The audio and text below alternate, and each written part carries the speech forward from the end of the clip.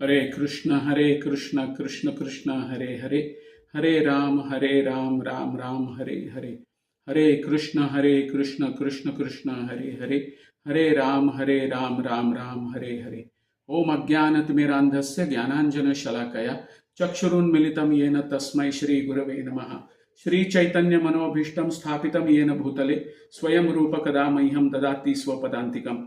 वन्देऽहं श्रीगुरो श्रीयुतापदकमलं श्रीगुरून् वैष्णवांश्च श्रीरूपं साग्रजातं सहगण रघुनाथान्वितं तं सजीवं साद्वैतं सावधूतं परिजनसहितं कृष्णचैतन्यदेवं श्रीराधाकृष्णपादान् सहगण ललिता श्रीविशाखान्वितांश्च नमः। ओं विष्णुपादाय कृष्णपृष्ठाय भूतले श्रीमते भक्तिवेदांत स्वामी नीति नामिने नमस्ते सारस्वते देवे गौरवाणी प्रचारिणे निर्विशेष शून्यवादी पाश्चात्य देश तारिणे।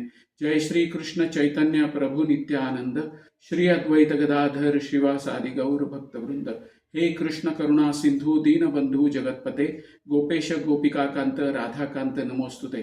तप्त कांचन गौरांगी राधे वृंदावनेश्वरी वृषभानुसुते देवी प्रणमामि हरिप्रिय। जय श्री कृष्ण चैतन्य प्रभु नित्यानंद श्री अद्वैत गदाधर शिवासादि गौर भक्त वृंद। हरे कृष्ण कृष्ण कृष्ण हरे हरे, हरे राम राम राम हरे हरे। हरे कृष्ण हरे कृष्ण। भक्तिशास्त्रीच्या या पुढच्या धड्यामध्ये लेसन क्रमांक 9 आपल्या सर्वांचं स्वागत आहे। आज आपण चर्चा करणार आहोत भगवद्गीता अध्याय 2 सांख्ययोग आणि श्लोक संख्या 39 ते 49 हे श्लोक आज आपण पाहणार आहोत।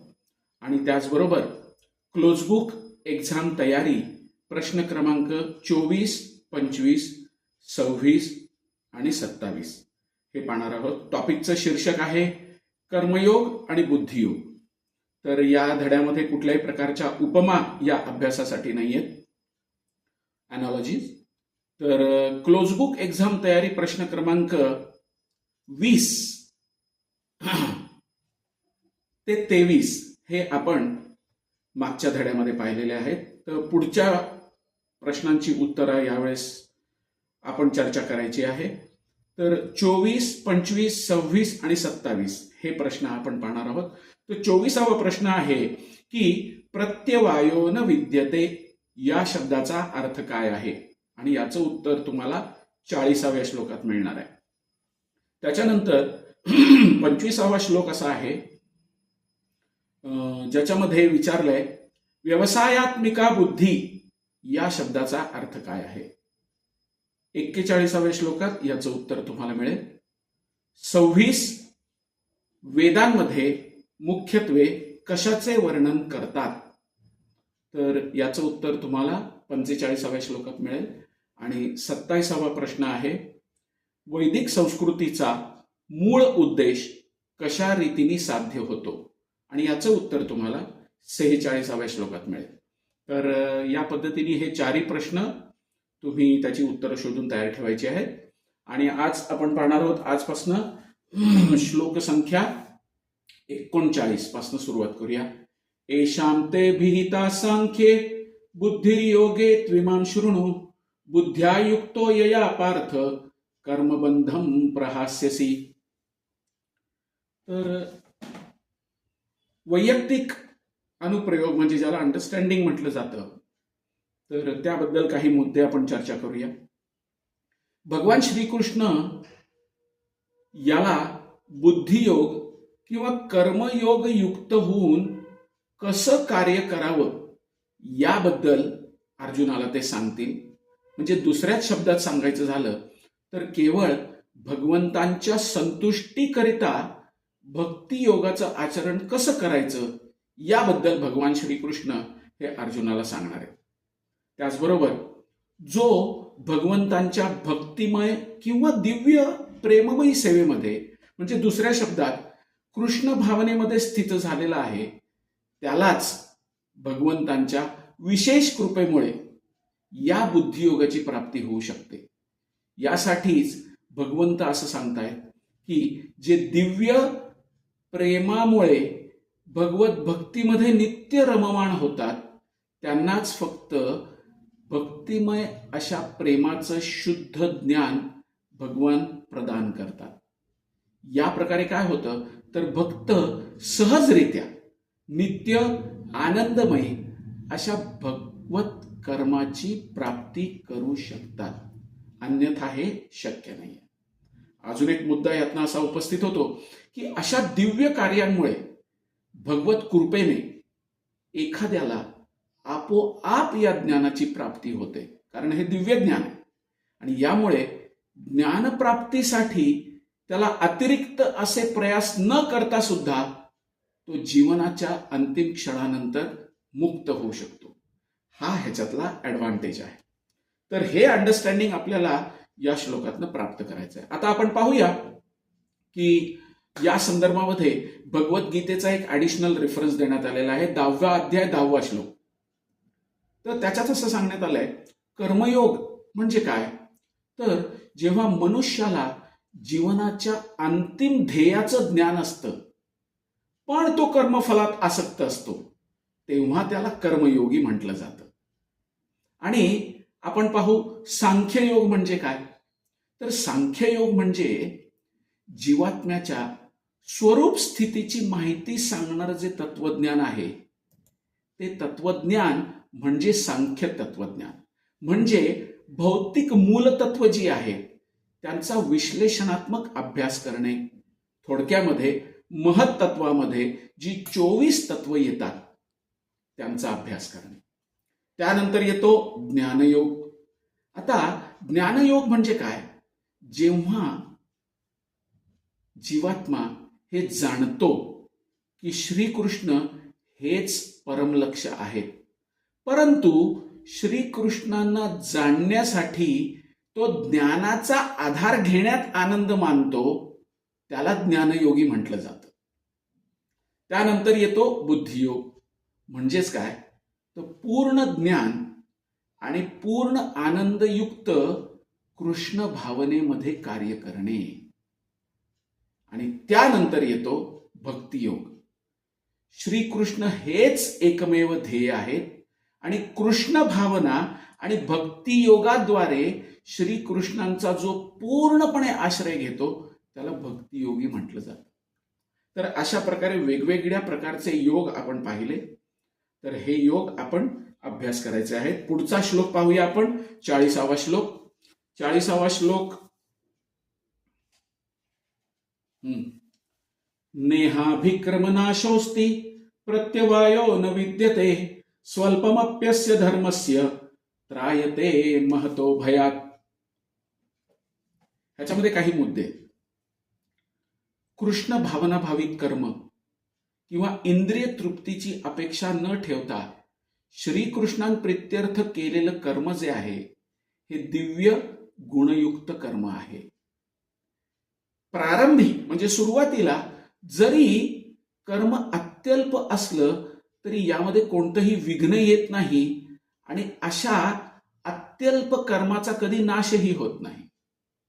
पण भौतिक स्तरावर केलेलं कोणतंही कर्म जे असतं ना ते पूर्ण करावंच लागतं, नाहीतर त्याचं फळ मिळत नाही आणि त्यासाठी केलेले सारे प्रयत्न सुद्धा निष्फळ ठरतात. पण कृष्ण भावनेत प्रारंभ केलेलं कर्म जरी पूर्ण झालं नाही तरी त्याचा परिणाम जो आहे हा शाश्वत काळासाठी टिकाऊ असतो. म्हणून असं कृष्ण भावनायुक्त कर्म करण्याचं कर्म जे आहे, जो ते कर्म करतोय त्याच्या हातनं जे कर्म अपूर्ण जरी राहिलं तरी त्यामध्ये कोणतीही हानी होत नाही. कृष्ण भावनेत केलेलं 1% कर्म सुद्धा शाश्वत काळासाठी चिरकाल टिकून राहतं. म्हणून अशा कर्माचा जेव्हा पुन्हा प्रारंभ होतो तेव्हा ते पूर्वीच्या काळी जर एखाद्याने 1% जर हे कर्म केलं असेल तर नंतर बराच काळ त्याच्यामध्ये जरी गॅप आला आणि पुन्हा ते कर्म जर सुरू झालं तर ते 2% पुढे सुरू करता येतं. हेच कृष्ण भावना भावित कर्म जे आहे याच्या मागचं गमक आहे आणि चिरकालासाठी याचा परिणाम टिकून राहतो. श्रीमद भागवतांमध्ये की ज्याच्यामध्ये पहिला स्कंध 5वा अध्याय आणि 17व्या श्लोकात असा संदर्भ दिलेला आहे आणि त्याच्यात सांगितलंय, त्यक्त्वा स्वधर्मम चरणांबुजम हरेर भजन्न पक्वोथ पत्ते ततो यदी यत्र क्ववा भद्र अभूद अमुष्य किम कोवार्थ आपतो भजताम स्वधर्मतः. जर एखादा आपल्या नियत कर्माचा त्याग करून कृष्ण भावनेमध्ये कर्म करतो आणि अशा कर्माची पूर्तता न झाल्यामुळे जर तो पतित झाला तरी यामध्ये त्याचा काय तोटा होणार आहे? आणि ज्यांनी आपली भौतिक कर्मे पूर्ण केली आहे अगदी यथार्थरित्या, तरी त्याला त्यातनं काय फायदा होणार आहे? हे महत्वाचा मुद्दा या श्लोकामध्ये तात्पर्यामध्ये श्रील प्रभुपाद आपल्याला देतात. पुढचा श्लोक आपण पाहूया, 41वा श्लोक. व्यवसायात्मिका बुद्धिर एकेह कुरु नंदन बहुशाखा हि अनंताश्च बुद्धयो अव्यवसायिनम. श्रीकृष्णांवर विश्वास ठेवणे. कृष्ण भावनेद्वारे एखाद्याच्या जीवनाची परमोच्च सिद्धिप्रत उन्नती होऊ शकते आणि या विश्वासालाच व्यवसायात्मिका बुद्धी म्हणजे फोकस्ड बुद्धी असं म्हटलं जातं. कृष्ण भावनायुक्त सेवा ही आध्यात्मिक गुरुच्या योग्य मार्गदर्शनाखाली उत्तम प्रकारे होऊ शकते. असा हा आध्यात्मिक गुरु जो आहे तो श्रीकृष्णांचा प्रामाणिक प्रतिनिधी असतो. त्याला शिष्याचा स्वभाव माहीत असतो आणि तो शिष्याला कृष्ण भावना भावित कर्म करण्यासाठी योग्य मार्गदर्शन करू शकतो. त्याचा संदर्भ येतो 4थ्या अध्यायामध्ये. तद्विधी प्रणिपातेन परिप्रश्नेन सेवया उपदेक्षन्ति ते ज्ञानम ज्ञानिनस तत्वदर्शिनः. हे जे कृष्ण भावना भावित प्रामाणिक आणि प्रमाणित असे गुरु असतात, त्यांनी हे कृष्ण तत्व योग्यरित्या जाणलेलं असतं आणि त्यामुळे ते आपल्याला ते प्रदान करू शकतात. म्हणून काय केलं पाहिजे तर कृष्ण भावनेत पारंगत होण्यासाठी मनुष्यानी श्रीकृष्णांच्या प्रतिनिधीच्या आदेशांचं दृढनिश्चयाने पालन करणं आवश्यक आहे आणि गुरुच्या उपदेशांचा त्यांनी जीवनाचं ध्येय म्हणून स्वीकार केला पाहिजे. या ठिकाणी एक छान संदर्भ श्रील विश्वनाथ चक्रवर्ती ठाकूर आपल्याला देतात. प्रसिद्ध जे गुरुवाष्टकम आहे तर त्याच्यामध्ये ज्याला आपण मंगलारती असं म्हणतो, यस्य प्रसादात भगवत प्रसादो यस्य अप्रसादात न गती कुतोपि ध्यायन स्तुवंस्तस्य यशस्त्री संध्यम वंदे गुरो श्री चरणारविंदम. काय आहे, आध्यात्मिक गुरूंना संतुष्ट केल्याने पुरुषोत्तम भगवान श्रीकृष्ण निश्चित संतुष्ट होतात आणि त्यांना संतुष्ट केल्याविना कृष्ण भावनेमध्ये उन्नत होण्याची संधी नाही. म्हणून दिवसातनं 3 वेळा ध्यान करून त्यांच्याकडे कृपायाचना करणं आणि त्यांना सादर वंदन करणं हे अनिवार्य आहे. ही खूप आवश्यक गोष्ट आहे भक्तिमय जीवनामध्ये प्रगती करण्यासाठी. तर यानंतर आपण पाहूया श्लोक संख्या 42 आणि 43. यामिमां पुष्पितां वाचं प्रवदन्ति अविपश्चितः वेदवादरता पार्थ नान्यत् अस्ति इति वादिनः कामात्मान स्वर्गपरां जन्म कर्म फलप्रदां क्रिया विशेष बहुलां भोगैश्वर्य गतिं प्रति.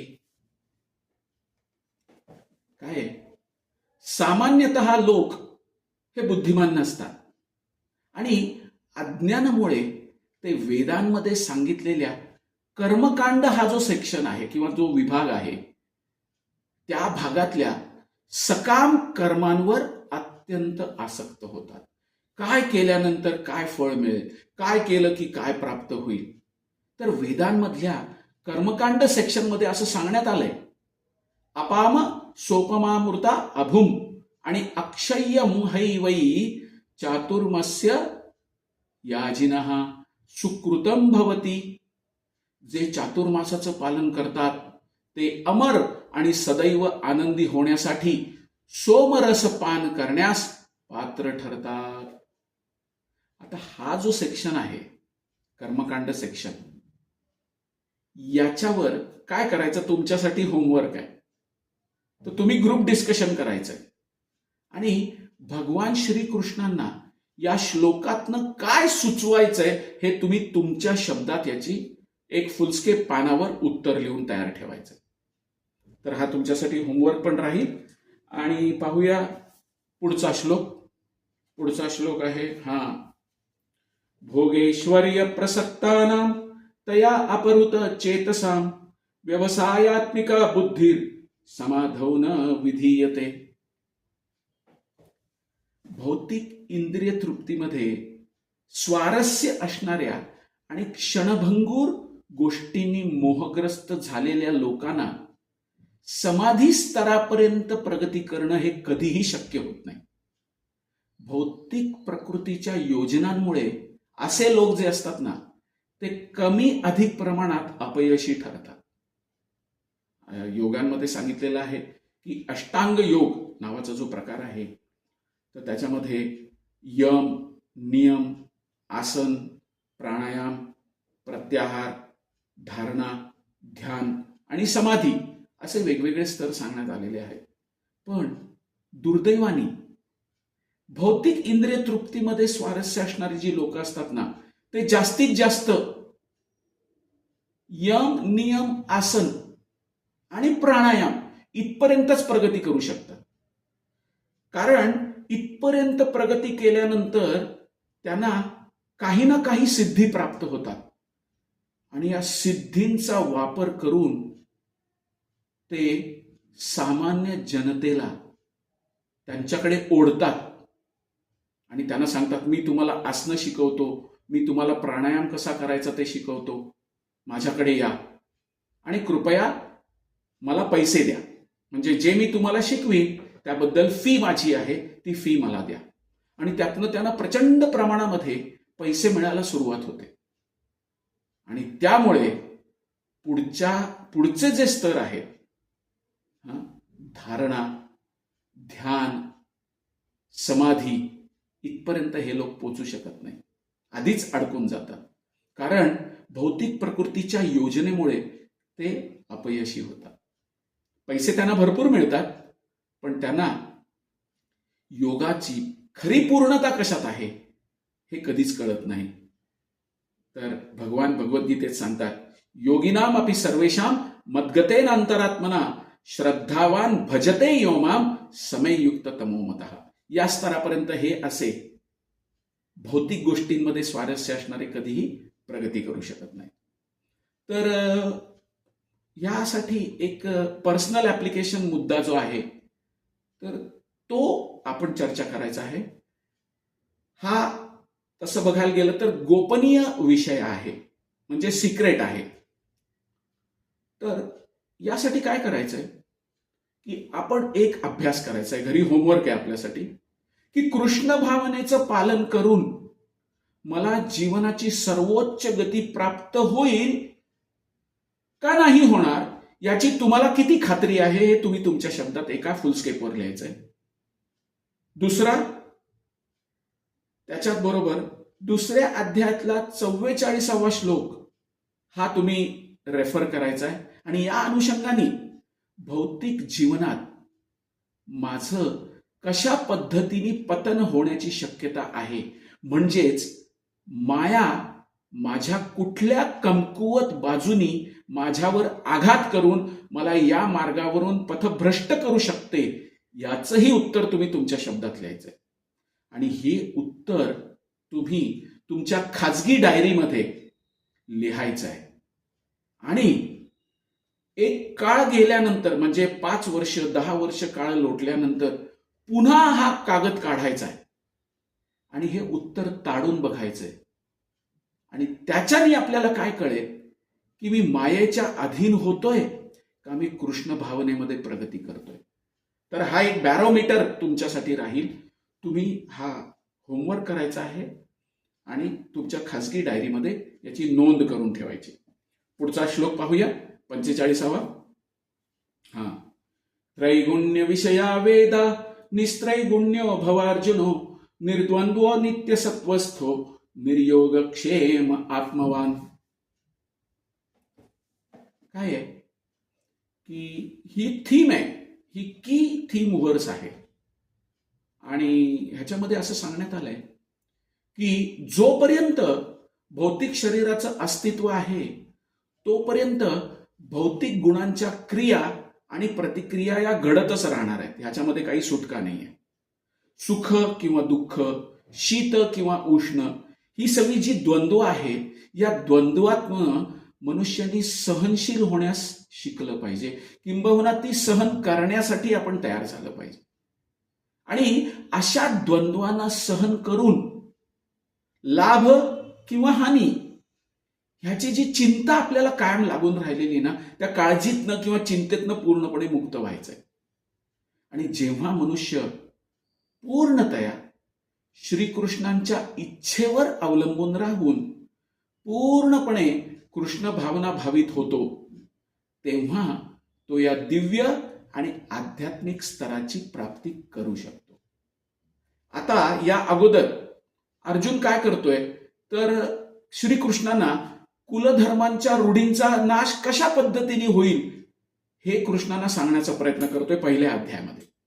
आणि या श्लोकात भगवान श्रीकृष्ण त्याला सांगतायत की कशा पद्धतीने प्रकृतीच्या 3 गुणांनी दूषित कुलधर्मांच्या वर विशुद्ध सत्वामध्ये तुला स्थित व्हायचंय. तुझ्या जीवनाचं ध्येय या 3 गुणांमध्ये गुरफटून आणि कुलधर्मांच्या रूढींमध्ये गुरफटून न राहता विशुद्ध सत्वामध्ये स्थित व्हायनं आवश्यक आहे. या संबंधी कृष्ण त्याला मार्गदर्शन करत आहे. आता वैदिक तत्वाचा हे जे तत्वज्ञान आहे याचा आरंभ ब्रह्मजिज्ञासा किंवा सर्वोच्च आध्यात्मिकतेविषयी केलेले प्रश्न याच्यापासून सुरुवात होते. आणि ही आत्मजिज्ञासा काय आहे किंवा ब्रह्मजिज्ञासा काय आहे, तर प्रत्येक व्यक्तीने हे प्रश्न स्वतःला विचारले पाहिजेत आणि त्याची उत्तरं शोधण्याचा प्रयत्न केला पाहिजे. शास्त्रांमधनं, भौतिक सोर्समधनं नाही. तर हे प्रश्न काय असू शकतात? मी कोण आहे? मला दुःख का भोगावं लागत आहे? भगवान कोण आहे? त्यांचा आणि माझा संबंध काय आहे? आणि कुठल्या पद्धतीचा अवलंब करून मी हा संबंध पुन्हा प्रस्थापित करू शकतो? याला ब्रह्मजिज्ञासा असं म्हटलं जातं. तर या ठिकाणी ही शिकवण आपल्याला या श्लोकातनं प्राप्त होते. पुढचा श्लोक पाहूया, 46वा. यावानर्थ उदपाने सर्वतः संप्लुतोदके तावान सर्वेषु वेदेषु ब्राह्मणस्य विजानतः. एक छान उपमा या ठिकाणी देण्यात आलेली आहे आणि सांगण्यात आलेलं आहे की लहान लहान विहिरीद्वारे होऊ शकणारी कार्य मोठ्या जलाशयाकडनं त्वरित होऊ शकतात. बघा, पूर्वीच्या काळी काय असायचं, गावामध्ये वेगवेगळ्या कार्यांसाठी वेगवेगळ्या विहिरी असायच्या. पिण्याच्या पाण्याची एक विहीर असायची, कपडे धुण्यासाठी, भांडी धुण्यासाठी एक विहीर असायची, जनावरं आणि गुरं धुण्यासाठी एक विहीर असायची. तर अशा वेगवेगळ्या कार्यांसाठी वेगवेगळ्या विहिरींची निर्माण गावांमध्ये केलेलं असायचं आणि गावकरी लोक ते अगदी कटाक्षाने पाळायचे. पिण्याच्या पाण्याच्या विहिरीतनं फक्त ते पिण्याचं पाणीच काढणार. पण समजा जर त्या गावातनं एक नदी वाहत असेल तर अशा वेगवेगळ्या विहिरींची काहीच आवश्यकता राहत नाही. कारण काय होतं, एक नदी या सर्व विहिरींची कामं एका चुटकीसरशी पूर्ण पाडू शकते. कारण नदी वाहती पाणी असतं, त्यामुळे त्यातलं पाणी तुम्ही पिऊ सुद्धा शकता, धुणं भांडी करण्यासाठी सुद्धा वापरू शकता आणि जनावरांना धुण्यासाठी, साफ करण्यासाठी सुद्धा तुम्ही वापरू शकता. त्यामुळे हा श्लोक जो आहे त्या श्लोकामध्ये एक गर्भितार्थ भगवंत सांगतायत. ज्याला वेदांच्या मागचा हेतू माहित आहे त्या ज्ञानी मनुष्याला वेदांशी संबंधित असलेली सर्व कार्य जी आहेत ही सहजपणे प्राप्त होतात. त्याला वेगवेगळे वेद रेफर करावे लागत नाहीत, कारण त्याला वेदांच्या मागचा हेतू माहीत आहे. वेदाध्ययन जे आहे किंवा वेदांचा अभ्यास करण्याचं प्रयोजन काय आहे ह्याचं आदी कारण त्याला माहीत असतं, आणि ते कारण म्हणजे भगवान श्रीकृष्णांना जाणणे.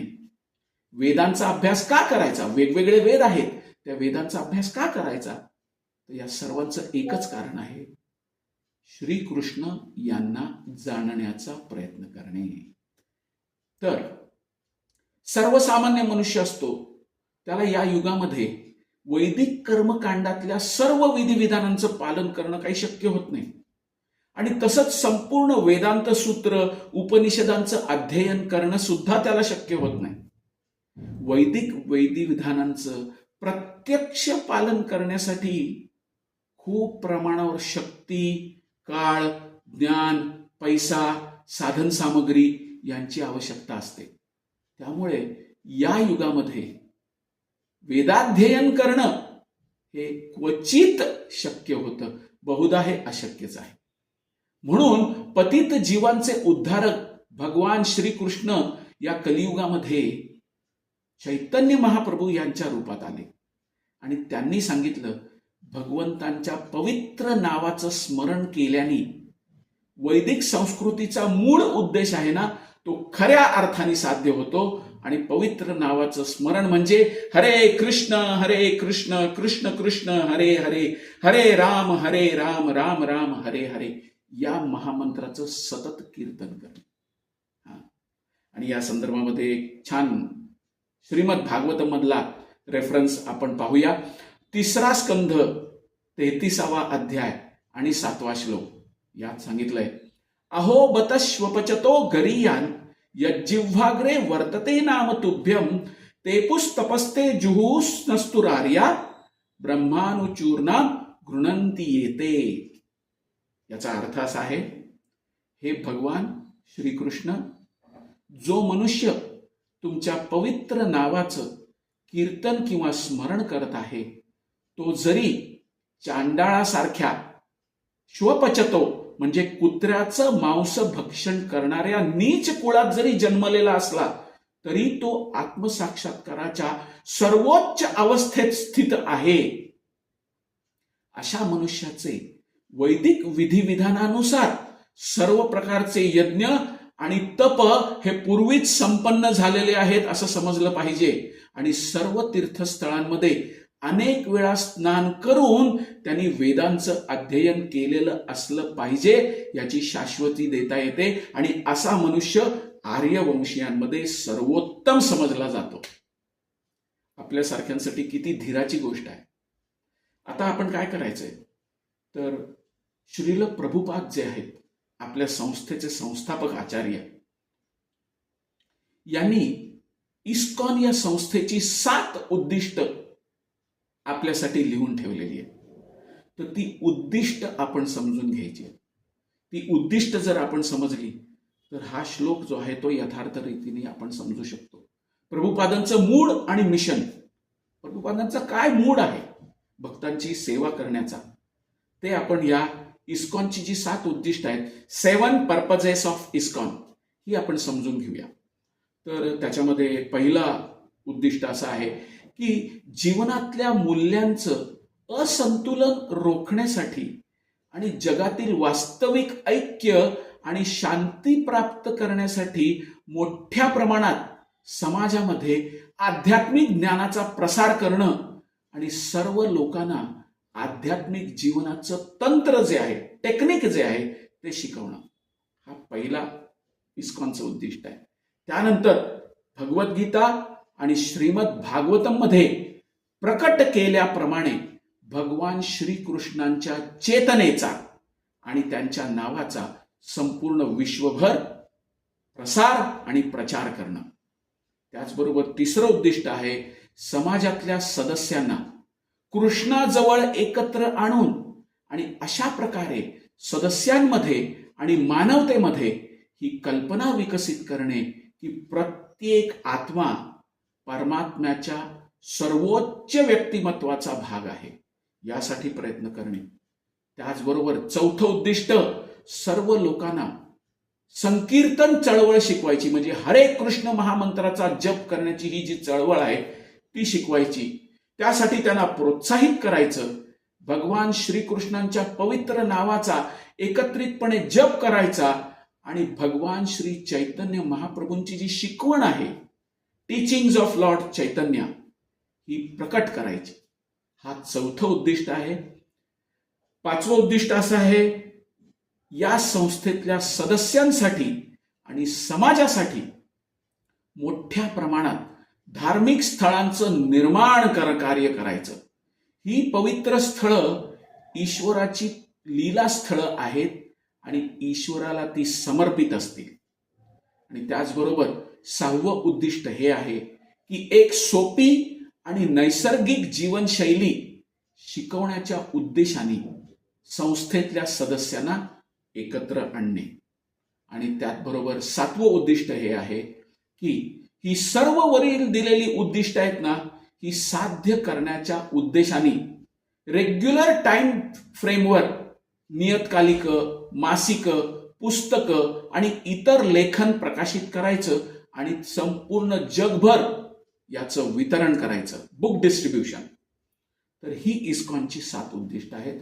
हा प्रभुपादांचा उद्देश आहे, हे त्यांचं कार्य आहे, हे आपण समजून घ्यायचं आहे. त्याच्यानंतर आपण पाहूया 47वा श्लोक. अतिशय महत्वाचा श्लोक आहे. हा श्लोक आपण भौतिक जगतामध्ये खूप वेळा ऐकतो, पण याच्यात यथार्थ रीतीने भगवान श्रीकृष्ण काय सांगू इच्छित आहे हे आपण आज पाहूया. कर्मण्येवाधिकारस्ते मा फलेषु कदाचन मा कर्मफल हेतुर्भू मा ते संगोस्त्व कर्मणी.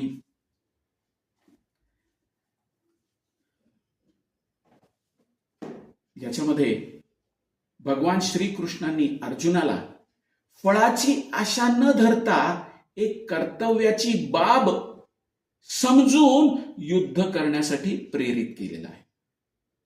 काय आहे, अर्जुनाने युद्धात भाग न घेणं ही त्याच्या कौटुंबिक आसक्तीची दुसरी बाजू आहे. सकारात्मक किंवा नकारात्मक कोणत्याही प्रकारची जी आसक्ती असते ना, ही बंधनास कारणीभूत असते. म्हणून भगवान श्रीकृष्ण काय सांगतायत की फळाची आशा नाही धरायची, कर्तव्य म्हणून युद्ध करायचंय. आणि अर्जुनासाठी हा एकमेव मुक्तीचा शुभदायी मार्ग होता. आता ह्याच्यामध्ये ऍडिशनल रेफरन्सेस असे येतात की भगवंतानी अर्जुनाला निष्क्रिय न होता कर्मफल इच्छा रहित होऊन आपलं विहित कर्म करण्याचा सल्ला दिला. आता ह्याच्यामध्ये काय आहे की समाजामध्ये ना हा श्लोक खूप प्रचलित आहे. आणि ते काय करतात माहितीये का, या श्लोकाची पहिली ओळ जी आहे ना तेवढाच फक्त संदर्भ घेतात. कर्मण्येवाधिकारस्ते मा फलेषु कदाचन. सोयीस्कर रित्या या श्लोकाची पहिली ओळ ते ठामपणे सांगतात आणि आपल्याला सगळ्यांना सांगतात कर्म करत राहा, कर्म करत राहा आणि कुटुंबाचं भरण पोषण कर, याच्यावर भर दे. आणि ते असं सांगतात की बघा कृष्णानेच सांगितलंय आणि त्याबद्दल पुरावा पण देतात की बघा कृष्णानेच सांगितलंय कर्मण्येवाधिकारस्ते मा फलेषु, कर्म करत राहा, कर्म करत राहा, आपल्या कुटुंबाचं भरण पोषण करत राहा. पण या श्लोकाची दुसरी ओळ जी आहे याकडे ते हेतुपुरस्सर दुर्लक्ष करतात. कारण त्यात भगवान श्रीकृष्ण सांगतात ना की आपल्या कर्मफलांवर आसक्त न होता मा कर्मफल हेतुर्भू. तर ह्याच्याकडे हे कर्मी लोक जाणून बुजून डोळे झाक करतात. आता आपण पाहूया की कर्म याचं 3 प्रकारे विभाजन करण्यात येतं. एक आहे कर्म म्हणजे नियत कर्म. याचा अर्थ काय, प्राप्त प्राकृतिक गुणांनुसार केलेलं कर्म म्हणजे नियत कर्म, ज्याला सोप्या भाषेत कर्म असं म्हटलं जातं. दुसरं असतं विकर्म म्हणजेच पापकर्म. स्वतःचं कर्म न करणे हे सुद्धा एक प्रकारचं पापकर्म आहे. आणि शास्त्रांचा आदेश धुडकावून भगवंतांची सर्वोच्च व्यक्तिमत्व अमान्य करून स्वतःच्या मनाप्रमाणे कार्य करणे, शास्त्रांच्या विरुद्ध कार्य करणे, याला विकर्म किंवा पापकर्म म्हटलं जातं. म्हणजेच एखादा व्यक्ती क्षत्रिय आहे तर त्यांनी क्षत्रियाचं कार्य न करणं हे सुद्धा पापकर्मामध्ये गणलं जातं. आता तिसरं निष्कर्म म्हणजेच अकर्म. याचं उद्देश काय आहे की काहीच काम करायचं नाही, निष्कर्म, की इनॅक्टिव्ह बनून राहायचं, हे सुद्धा एक प्रकारचं पापकर्म आहे. आता नियतकर्म जे आपण पाहिलं ना, ते सुद्धा 3 प्रकारे विभाजित करण्यात येतं. नियतकर्माचे 3 प्रकार होतात: नित्यकर्म, नैमित्तिक कर्म आणि सकाम कर्म. आता आपण पाहू, नित्यकर्मामध्ये एक जे आपण सुरुवातीला जे पाहिलं की नियत कर्माचे 3 भाग पडतात, त्याच्यात येतं नित्यकर्म. आता नित्यकर्मात एक सब डिव्हिजन अशी आहे, सत्वगुणयुक्त कर्म. म्हणजे काय? शास्त्रांच्या आदेशानुसार कर्तव्य म्हणून फळांची इच्छा न ठेवता केलेलं कर्म जे असतं ते सत्वगुणयुक्त कर्म म्हटलं जातं. आणि हे कर्म निष्काम कर्म भक्तीसाठी खूप अनुकूल असतं. दुसरं असतं अशुभ कर्म. म्हणजे काय? फळाची अपेक्षा ठेवायची आणि त्यानुसार कर्म करायचं. म्हणजे काय होतं की मी कर्म करतोय, त्याच्यातनं मला काहीतरी फळ निर्माण होईल, आणि असं कर्म बंधनयुक्त कर्म असतं. ते आपल्याला कार्मिक रिॲक्शन म्हणजे कर्मबंधनामध्ये गुंतवून टाकतं, गुरफटवून टाकतं, म्हणून हे अशुभ कर्म असतं. आणि हे रजोगुण किंवा तमोगुणाच्या प्रभावाखाली केलं जातं. आता दुसऱ्या प्रकारचं जे कर्म आहे नियत कर्मामधलं, त्याला म्हणतात नैमित्तिक कर्म. म्हणजे काय? आणीबाणीच्या वेळेस केलं गेलेलं कर्म किंवा स्वसंरक्षण करण्यासाठी क्वचित प्रसंगी केलेलं कर्म.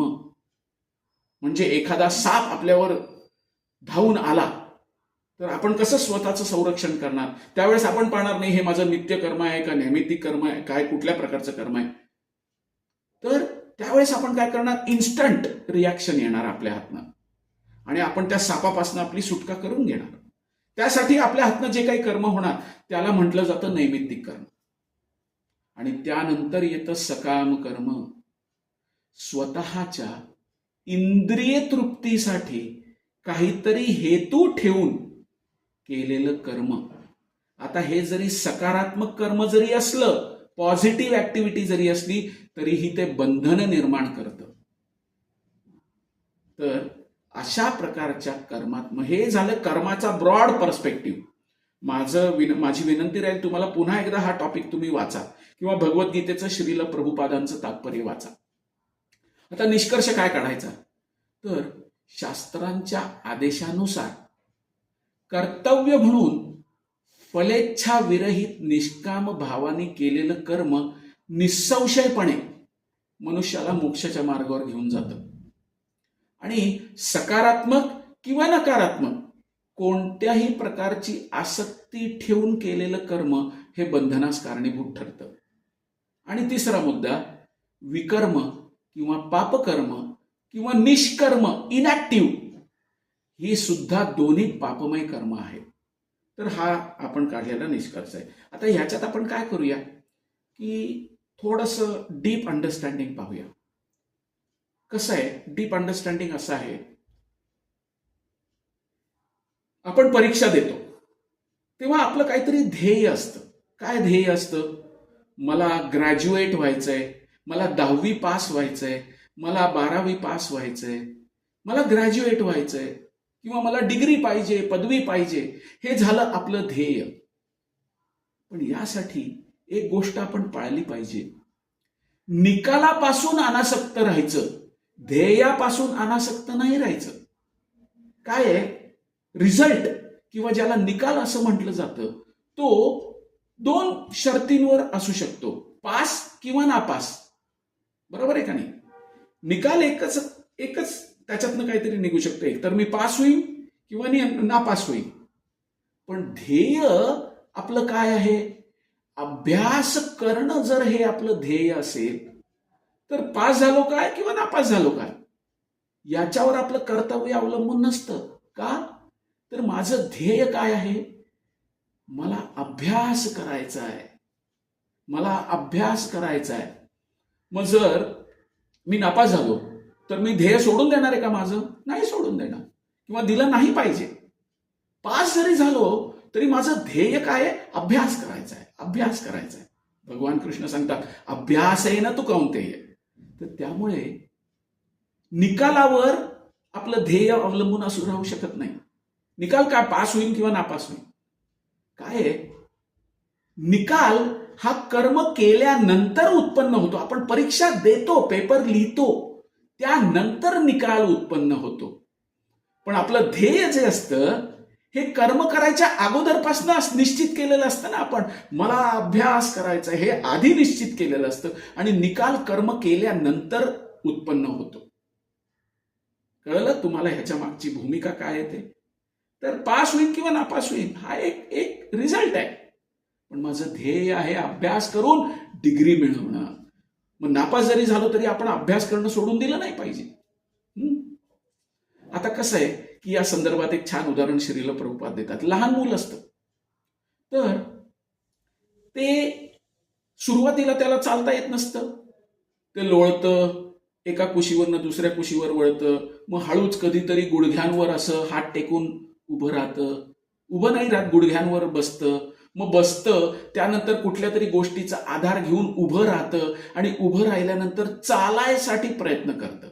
आता चालताना हे मूल अनेक वेळा धडपडतं, खाली पडतं, म्हणून हे मूल चालण्याचा प्रयत्न सोडून देतं का? नाही, कारण त्याला गॅरंटी असते कधी ना कधीतरी मी स्वतःहून स्वतःच्या पायावर चालू शकेन. त्याचप्रमाणे आपलं ध्येय आहे ना, त्या ध्येयाकडे वाटचाल करताना ज्या काही अडचणी आपल्या समोर येतात त्यांना सामोरं जायचं आणि ध्येयाकडे वाटचाल चालू ठेवणं हे जास्त महत्वाचं आहे. अडचणी आल्या म्हणून पुढचं कर्तव्य सोडूनच द्यायचं हा मूर्खपणा आहे. काय आहे की कुठल्याही गोष्टीचा जो निकाल आहे ना हा आपल्या नियंत्रणाच्या बाहेर असतो. त्यामुळे जर आपण रिझल्ट काय येईल ह्याच्याशी आसक्ती ठेवली ना तर ज्या गोष्टी आपल्या नियंत्रणात नाहीत ना त्याच्याबद्दल आपण सारखी चिंता करत राहतो. त्यामुळे काय होतं, वर्तमान आत्ताच्या काळात हातात घेतलेलं काम सुद्धा आपण धड नीटपणे करू शकत नाही. म्हणून भविष्यातल्या ज्या गोष्टी ज्या आपल्या नियंत्रणाच्या बाहेर आहेत, आता रिझल्ट काय येईल हे तुमच्या हातात आहे का? नाही ना. परीक्षक तपासेल, तो त्याच्या पद्धतीने मार्क देईल, त्याप्रमाणे तुमचा रिझल्ट येईल, ते काय तुमच्या हातात नाहीये. मग त्या गोष्टींची आज चिंता करून आजचा दिवस कशाला खराब करून घ्यायचा आपला? मूर्खपणाची गोष्ट आहे. म्हणून काय आहे की आपल्या ध्येयाकडे आपले डोळे असले पाहिजे.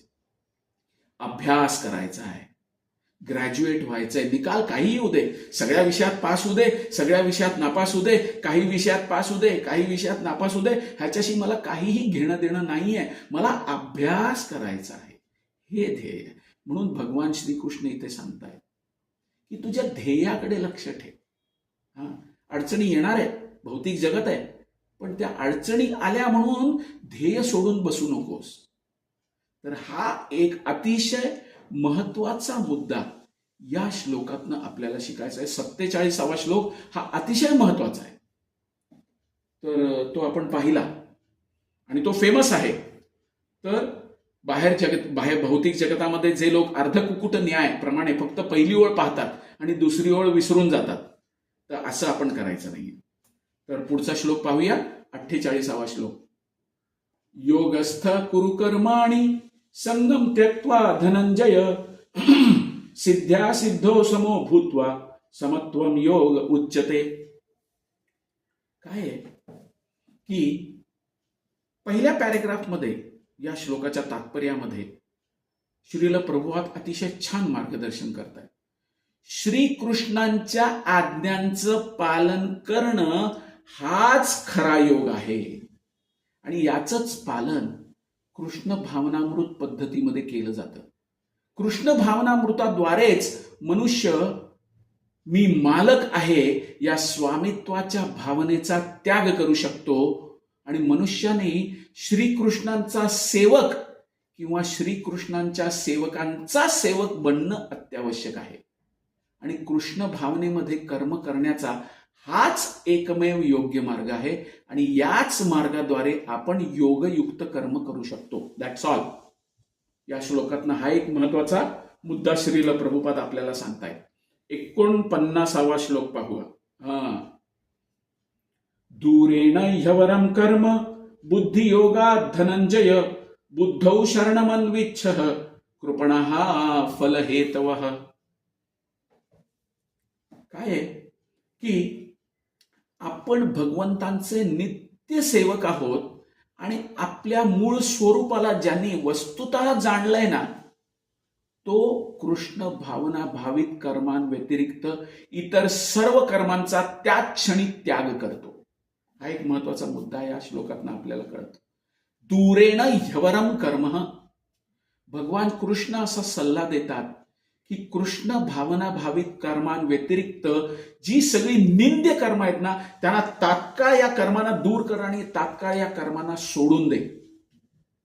आता यासाठी तुमच्यासाठी एक होमवर्क आहे. श्रील भक्ती विनोद ठाकूर यांचा शरणागती नावाचा काव्यसंग्रह आहे. तर त्यामध्ये अनुकूल्यस्य संकल्प हा श्लोक तुम्ही सर्वांनी पाठ करायचा आहे आणि त्याचा अर्थ तुमच्या शब्दात तुम्ही सांगू शकले पाहिजे. तर तुमच्यासाठी या धड्यामध्ये मी काही बरेच होमवर्क दिलेले आहेत तर ते तुम्ही सगळे कंप्लीट करायचे आहेत. Thank you very much. या ठिकाणी हा धडा संपन्न होतो. ग्रंथराज श्रीमद भगवद गीता की जय. श्रील प्रभुपाद की जय. गुरु महाराज की जय. निताई गौर प्रेमानंदे. हरि हरि बोल. Thank you very much. हरे कृष्ण.